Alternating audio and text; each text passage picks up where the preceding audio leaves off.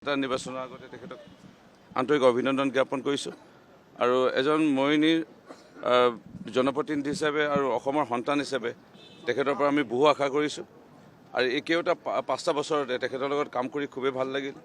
খুবেই এজন ডাইনামিক মুখ্যমন্ত্ৰী, মোবাইলতো মেছেজতো উত্তৰ দিয়া মুখ্যমন্ত্ৰী হয়তো আমি আগত পোৱা নাছিলোঁ, হয়তো ভৱিষ্যতে পাম নাই নাজানো। আৰু এনেধৰণে সঁহাৰি প্ৰত্যেক ক্ষণতে 24 ঘণ্টাত হয়তো তেওঁ 3 ঘণ্টা 4 ঘণ্টাহে চাগে বোধহয় শুৱে। ৰাতি 2টা বজাতো মেছেজৰ যদি ৰিপ্লাই পাওঁ, ৰাতিপুৱা 6টা বজাতো যদি কেতিয়াবা ফোন পাওঁ, তাৰমানে সেই 4 ঘণ্টা মানে শুৱে যেন পাইছোঁ। তেখেতক ভগৱানে আৰু আশীৰ্বাদ কৰক আৰু শক্তি দিয়ক, অসমৰ ৰাইজক আগুৱাই লৈ যোৱাৰ লগতে আমাৰ মৰিনী সমষ্টিৰ ৰাইজকো আগুৱাই লৈ যাবৰ বাবে তেখেতে যেন নেদেখা ভগৱানৰ পৰা আশীৰ্বাদ পায়। বহুতে মোক ছাগলী বুলি ক'লে, বহুতে দাড়িঅলা কিবাকিবি বহুত কথা ক'লে। এইবোৰ কথাই নাহে।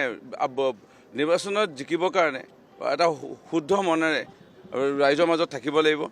মই আজি 20 বছৰে, মোৰতো দেউতা 90 চনতে ঢুকালে, আজি মই 36 ইয়াৰ্ছ 36 বছৰে মই আঁঠুকাঢ়ি দেউতাক সেৱা কৰি আহিছোঁ।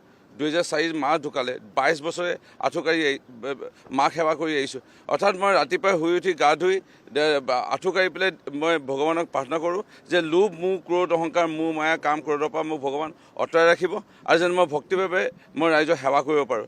আৰু সেই তেনেধৰণে ভক্তিভাৱে সেৱা কৰি আহিছোঁ। অন্য ইয়াত মেজিক বুলিবলৈ একো নাই, শুদ্ধ মনে সেৱা কৰি আহিছোঁ।